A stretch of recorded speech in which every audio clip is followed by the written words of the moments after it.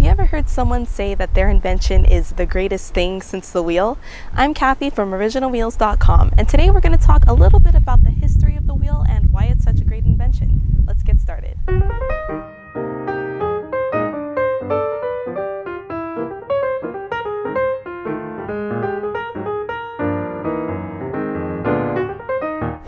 The first thing you should know is that up until the wheel, most, if not all, human inventions were inspired by something found in nature.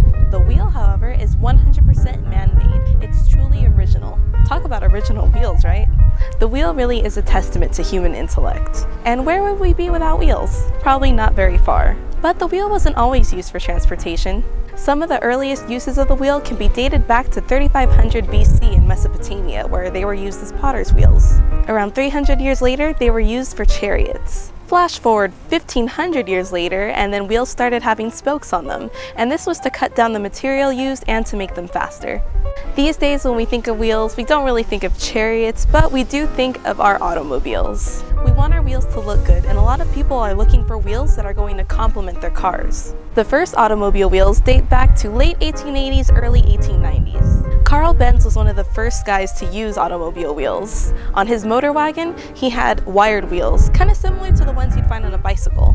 Henry Ford, on the other hand, had wooden wheels on his Model T. And around 1926, 1927, he had steel wheels that were made with welded spokes. In the 1930s, wheel companies began producing magnesium wheels, which were a lot lighter than steel wheels. They really grew in popularity in the 50s. After the 60s, alloy wheels started becoming more popular. And this was due to a couple of reasons. For one thing, alloy wheels were already being made, but they were being made pretty poorly.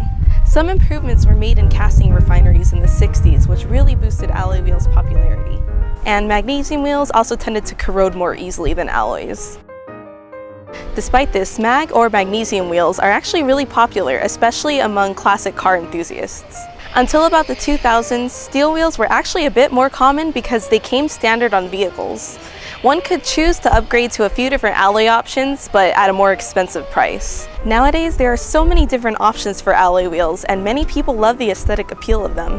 BMW and Mini Cooper, for example, have so many alloy wheels. If you take a look at our website, you can see a wide selection of them. With all the different styles, the number of spokes, the different finishes, and the different sizes, there's something for everyone. So hopefully you learned something from this video, and try not to underestimate just how important our little round friends are. Once again, I'm Kathy from OriginalWheels.com. We'll see you guys soon. Bye!